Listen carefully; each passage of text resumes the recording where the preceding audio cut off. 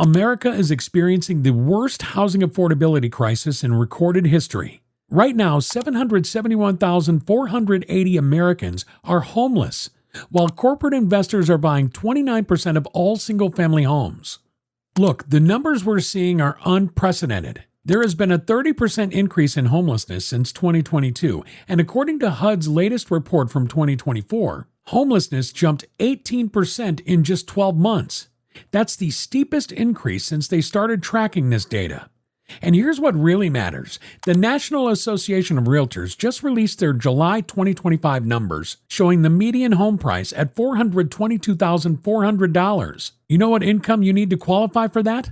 $105,264. That's assuming 20% down in current mortgage rates. Now, we're going to share something with you that most real estate professionals won't talk about publicly. There are 3 hidden factors making this crisis worse than the media reports, and number 2 involves a strategy Wall Street doesn't want you to know about. We're also going to reveal 5 specific markets where smart money is quietly moving right now, and one of them will completely surprise you. Plus, we've discovered an alternative housing solution that's working for thousands of families that costs less than $500 a month, and yes, you actually own it. But first, let me ask you something. Have you noticed more people living in their cars in your area? Because here's what the data shows. Between 55,000 and 82,000 Americans now live in vehicles, according to research estimates. That's not a typo. In Los Angeles alone, the numbers are staggering. Over 23,000 people sleeping in cars, vans, and RVs every single night, according to LAHSA's 2024 count. The entire county offers only a fraction of the safe parking spaces needed for these families. Living out of cars is now trending for Gen Z, and some of them are being really resourceful about it. Why does it come down to this for Americans? Now, before we reveal those 3 hidden factors, you need to understand what Treasury Secretary Scott Bessent just announced. On September 1st, Bessent said Trump may declare a national housing emergency this fall. Think about that, a national emergency for housing. We're not talking about a natural disaster here. We're talking about a market so broken that it requires emergency powers to fix. They're considering this because, and this is the part that should terrify every investor and home buyer, they claim that we're missing between 4 and 7 million homes nationwide. But here's hidden factor number 1 that nobody's connecting. While they're talking about emergency declarations, the same administration proposed cutting $27 billion from housing assistance. We're going from $58.4 billion down to $31.7 billion. That affects over 2 million households. You see the disconnect here? Now, you might be thinking, okay, but I'm not looking for government assistance. I just want to buy a house. Well, here's what the data reveals about that. First-time buyers have essentially disappeared. They're at 24% of all purchases, the lowest since 1981. When the housing market was healthy, first-time buyers were 40% of the market. The average first-timer is now 38 years old. 38! They used to be 29. Have you checked what percentage of your income would go to housing if you bought today? Because this brings us to hidden factor number 2, the lock-in effect that's completely frozen the market. Right now, 76.1% of existing mortgages have rates below 6%. Current rates? They're at 6.56% as of August 28th, according to Freddie Mac. These homeowners literally cannot afford to sell. Think about it. People who want to downsize for retirement would pay more monthly for a smaller house. This lock-in effect has prevented, get this, 1.33 million home sales, according to FHFA research. Let me show you exactly why markets are experiencing the worst of this crisis, and I promise, number 3 on this list will shock you. Los Angeles, no surprise there, only 1.1% of homes are affordable for median income earners. You need $222,084 annually for that $885,000 median home. San Jose is actually worse. Homes cost 12.1 times the median income. But here's the shocker. Durham, North Carolina. This was supposed to be the affordable alternative to expensive coastal cities.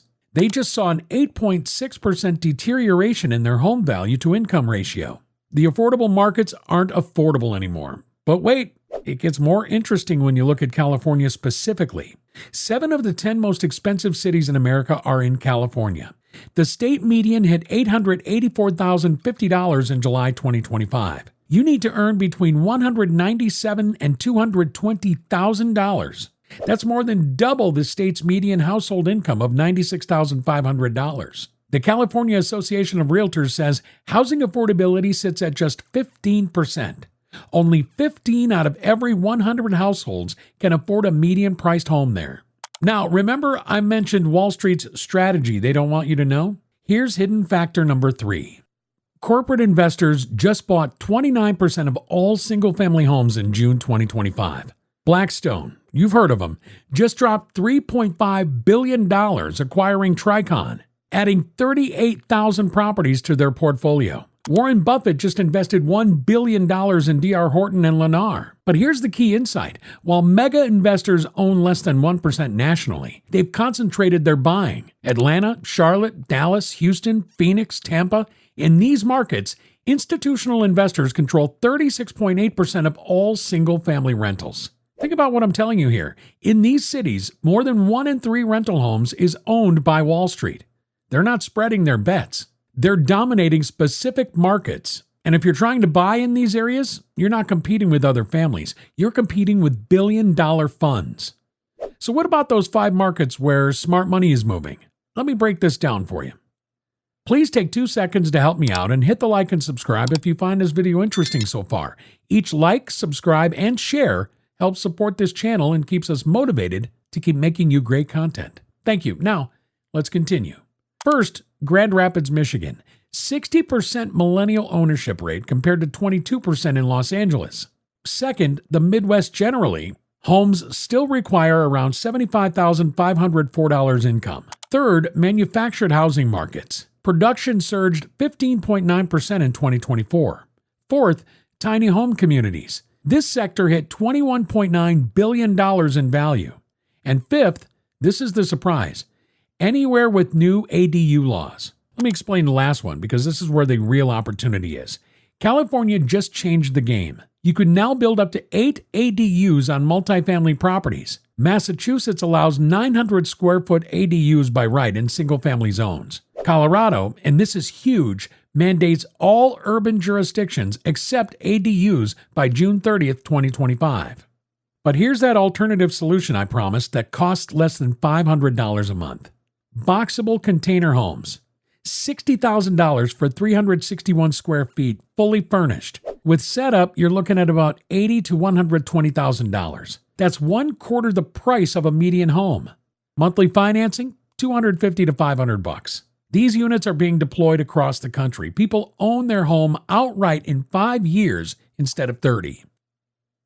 Now, you might be thinking, that's too small. But consider this, tiny homes average $30,000 to $80,000. That's 87% cheaper than traditional homes. Over 10,000 units exist nationwide. This isn't some fringe movement anymore. But here's a strategy most people overlook completely. Buying raw land first. You can find rural parcels for $5,000 to $30,000 in states like Arizona, Texas, New Mexico, and parts of Colorado. Finance the land for 5 to 7 years with payments as low as $200 to $400 a month. Then drop a manufactured home, container home, or build a tiny house on it. Think about this math. $15,000 for 2 acres, plus a $60,000 boxable or used manufactured home. You're all in for under $100,000, and you own both the land and the structure. No HOA fees, no landlord, actual equity building. Some investors are buying multiple parcels, living on one while holding others for appreciation. The key? Check zoning before you buy. Look for parcels zoned for residential or unrestricted rural use. Verify you can get permits for septic and well water or that utilities are accessible.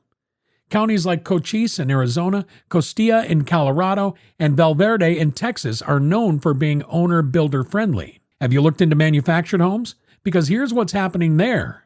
Production hit 103,314 units, with homes averaging $109,400. Monthly payments? $563 to $805. Compare that to $2,100 median rent. You could own for less than you rent. But let me share what's really keeping young buyers out of the market. Only 26.1% of Gen Z owns homes. At their age, 40% of baby boomers owned. For millennials at 35, It's 56% versus 61.5% for boomers. You know what's killing them? Student debt. 43% of younger millennials carry loans averaging $30,000. Research shows every $1,000 in student debt delays homeownership by 4 months. Do the math. That's 10 years of delay for average debt. Now, I promised you solutions, so here's exactly what you can do right now. If you're an investor, look at manufactured housing REITs. Look at markets with high millennial ownership potential but current low rates. The spread between Los Angeles at 22% and Grand Rapids at 60%, that's your arbitrage opportunity. If you're a potential buyer, here's your playbook. First, check your state's down payment assistance programs. There are over 2,000 nationwide. New York offers up to $100,000 through Home First. Second, research ADU regulations in your area. You might be able to build on family property. Third, seriously consider manufactured homes. $109,400 with $563 monthly payments is genuinely achievable. But here's what international examples show is possible when governments actually want to solve this. Singapore houses 78.7% of residents in public housing with 90% ownership rates. They solved their crisis in 3 years. Canada committed $40 billion for 101,000 new homes by 2031. Meanwhile, America owns 500 million acres of federal land, and HUD Secretary Scott Turner talks about using it, but where's the action? Let me tell you what's really going to happen here. Construction faces a 439,000 worker shortage in 2025.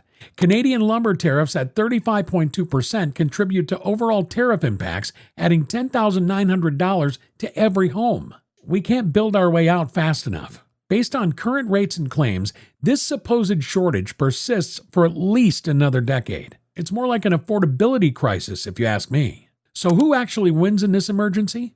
3 groups. First, cash buyers purchasing alternative housing now before prices spike. Second, investors in manufactured housing REITs.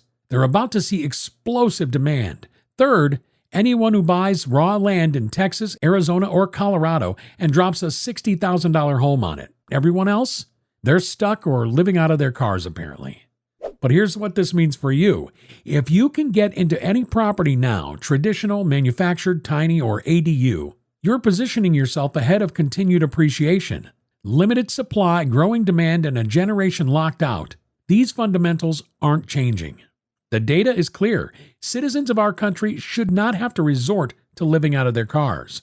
Families choosing between rent and food, young adults delaying home ownership by a decade. This isn't just numbers on a spreadsheet. This is a fundamental breakdown of the American dream. Here's my bottom line for you. The crisis is real. The traditional market is broken, but alternatives exist. $60,000 container homes, ADUs, manufactured housing. While politicians debate emergency declarations, you need to act. Pick one strategy from today, research it, and execute it. Because in markets showing 1.1% affordability, waiting for normal to return isn't a strategy. It's a fantasy. The American dream isn't dead, but you need a completely different blueprint to achieve it. So let me ask you, what's your next move going to be? If you found this video interesting, please subscribe, share, and watch this one as well.